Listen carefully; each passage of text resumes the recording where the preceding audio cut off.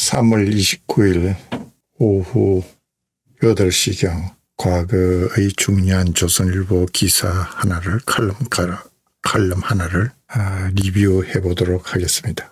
오늘 유튜브에서 SBS 유튜브에서 서울 시민을 상대로 대선 주자 선호도 한기 리스트에서 의뢰한 선호도 조사에서 보면은 윤석열이 대권 적합도가 46.4%, 이재명이가 17.4%, 이낙연이가 9.9%, 거의 더블 이상 과반수까지 윤석열이가 차지하면서 이재명 2위를 2배 이상으로 따돌리고 있습니다. 여권 전체의 퍼센티지를 다 합하더라도 이재명 17.4, 이낙연 9.9%, 10% 합하더라도 27%, 46%에 훨씬 못 미치는 30% 가까이 차이가 나는 그런 결과를 발표하고 있습니다. 물론 서울 시민을 상대로 조사한 것이라고 되어 있습니다. 그리고 윤석열이가 출마 시 어느 정당으로 출마하는 것이 좋겠느냐, 국민의힘 혹은 제3지대로 나오는 게 좋겠다가 조선일보의 발표와 다르게 국민의힘의 힘으로 나오는 것이 오차 범위 밖으로 약 10%, 11% 차이로 여론조사가 나왔습니다. 약 일주일 정도의 시차를 두고 지난번에는 조선일보에서는 국민의힘과 제3지대가 비슷비슷하게 나왔는데 지금은 약 11%의 차이로 국민의힘으로 나오기를 지지자들이 찬성하고 있습니다. 그래서 윤석열이가 어떻게 앞으로 정치적인 행보를 취하는 것이 좋을 것인가 하는 것에 대한 조선일보의 박성민 정치 포커스의 칼럼을 오피니언을 리뷰해 보도록 하겠습니다. 박성민의 정치 포커스. 입당한 유해창, 단일화한 정몽준, 윤석열이가 갈 길은, 이래가지고 박성민의 정치 포커스를 오피니언을 글을 올렸습니다. 한국 정치의 진영은 정당보다 확실한 실체다. 87년 이후 대통령 난 정당 5년 뒤 정발한다. 대부분 다 정발했습니다.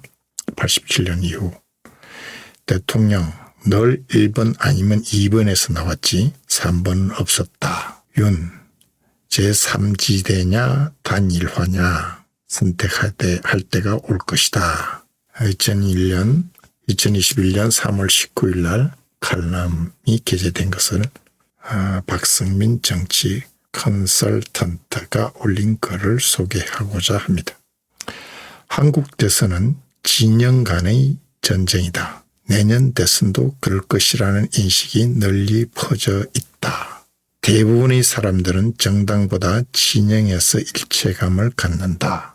사람들이 이념적 정체성으로 실존적 선택을 하기 때문에 대통령을 찍는 기준은 진영, 인물, 정당, 정책 순이다. 한국 정치에서 진영은 정당보다 확실한 실체다. 1987년 이후 7명의 대통령은 모두 다른 이름의 정당에서 나왔다. 같은 정당이 없었습니다. 뿌리는 같을지 모르지만 같은 정당이 연속으로 승리하지 못한 것이 아니라 5년 뒤에는 아예 존재하지도 않았다. 이런 사실은 한국 정치의 역동성과 불안정성을 동시에 보여준다. 더불어민주당이 그런 전통을 깰 수 있을까? 아직 깨지 않은 전통은 또 있다. 1번과 2번에서만 대통령이 나왔다는 사실이다. 제3지대에서 성공한 사례가 없다. 하지만 한국 대선이 미국 같은 같은 양자 대결로 치러진 적이 없는 것도 사실이다. 2002년과 2012년 대선도 강력한 제3 후보였던 정봉준과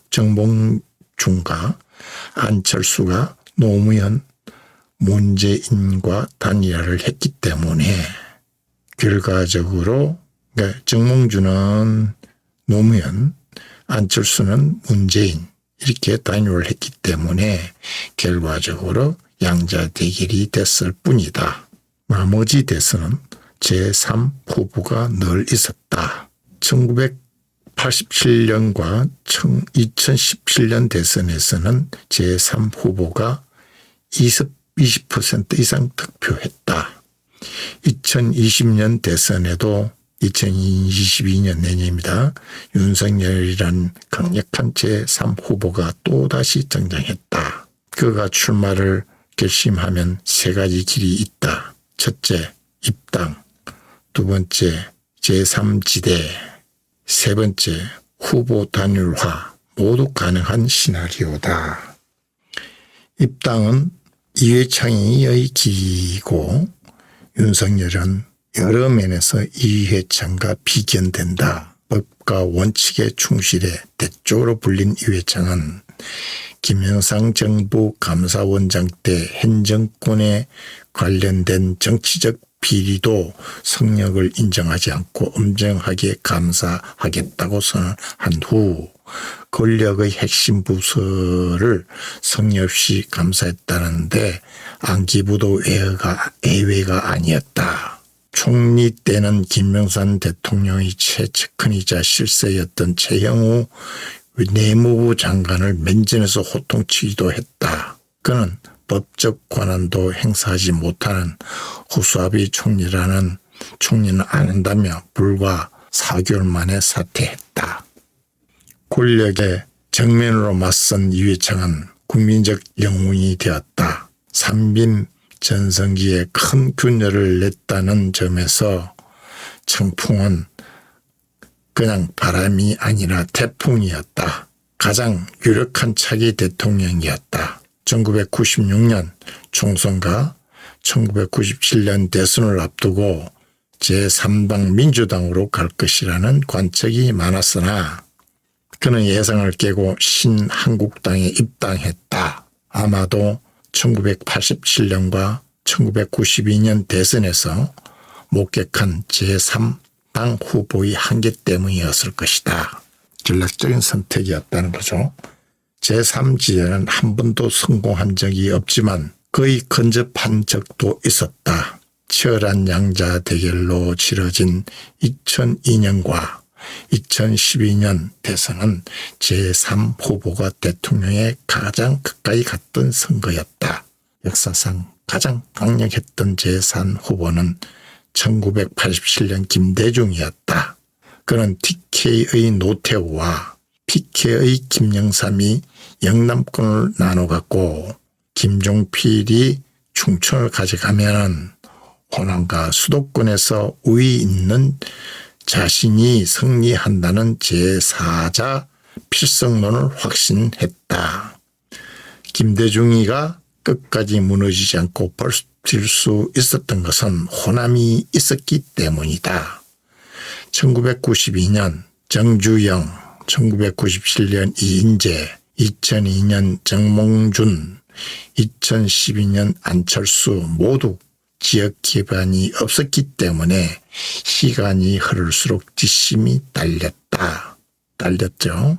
충청권과 유력한 후보가 없는 상황에서 윤석열은 충청 대만에 올라탈 수 있을까? 1997년과 2002년 대선에서 충청 출신의 이회창이 충청에서 김대중과 노무현에게 패한 것은 JP를 잡지 못한 탓도 있지만 지역 일체성이 약했던 것도 큰 이유다. 반면 2012년 박근혜는 TK와 충청 두 곳 모두를 고향으로 인식시키면서 문재인에게 충청에서 승리했다. 충청은 박근혜를 정서적 일체감이 있는 정치인으로 인식했다. 지역 정체성만이 변수가 아니다. 1당과 2당의 리더십과 지지 기반이 동시에 붕괴하지 않는다면 제3지대의 한계는 분명하다. 2012년 안철수를 불러낸 사람들은 이유가 다 달랐다. 2030년은 기성정치가 2030은 기성정치가 싫어서 정치인 같지 않은 안철수를 불러냈다. 중도는 유력주자인 박근혜가 싫어서 안철수를 불렀다. 호남은 박근혜의 유일한 대항마인 문재인이 싫어서 불러냈다. 폭넓은 지지가 있었지만 거대 양당의 건재한 리더십과 지지 기반의 벽을 넘지 못했다. 역사적으로 제3지대 후보는 끝까지 가서 지거나 후보 단일화에서 졌다. 끝까지 가서 지거나 후보 단일화에서 졌다. 제3지대는 비관적이란 거죠. 성공한 적이 없다는 거죠. 한쪽 진영이 분열하거나 지지 기반이 무너질 때 제3지대의 동력이 생기지만 시간이 흐르면 쭉 밀리거나 단일화 압박을 피할 수가 없었다. 윤석열은 반문재인에서 국민의힘과 지지 기반이 겹치기 때문에 입당이나 단일화 압력을 더 받을 것이다. 정치 구조적으로 그렇습니다. 정치 기반이 비슷하기 때문에 그렇습니다. 어느 때보다 보수의 구심력이 약하고 중도 유동성이 더 강해진 상황은 제3지대 성공 가능성을 높여주고 있다. 어느 때보다 보수의 구심력이 약하다고 지금 얘기하고 있는데 그러므로 해서 중도 유동성이 강해진 상황은 제3지대 성공 가능성을 높여주고 있다고 합니다. 그러나 앞에서 조선일보의 여론조사와 한길리서치에서 나온 조사는 전혀 다릅니다. 조선일보에서는 제3지대와 국민의힘의 당 양쪽 비슷하게 나왔지만은 한길리서치에서는 국민의힘의 당에 입당해서 나오기를 바라는 것이 11%보다 높았습니다. 문재인 대통령을 지지하면서 윤석열을 지지하는 교집합이 존재하는 것도 제3지대에서 버릴 수 있는 요인이다. 민주 진보 진영이 190석인 상황도 변수가 될 수 있다. 그러니까 민주 진보 진영이 190석인 상황에서 윤석열이가 국민의힘의 당에서 대통령이 된다 하더라도 대통령 업무 수행이 어려운 점이 있을 거라는 거죠. 윤석열이가 대통령이 된다 해도 연정 없이는 국정을 끌고 갈 수 없기 때문에 제3지대가 불가피할 수 있다. 윤석열이 국민의힘에 입당하거나 후보 단일화를 한다면 민주당도 분열 없이 양자 구도로 갈 것이다. 만약 윤석열이가 제3지대에서도 승리 가능성이 높다고 판단한다면 민주당의 분열 가능성도 좀 더 커질 것이다. 조금 더 커질 것이다.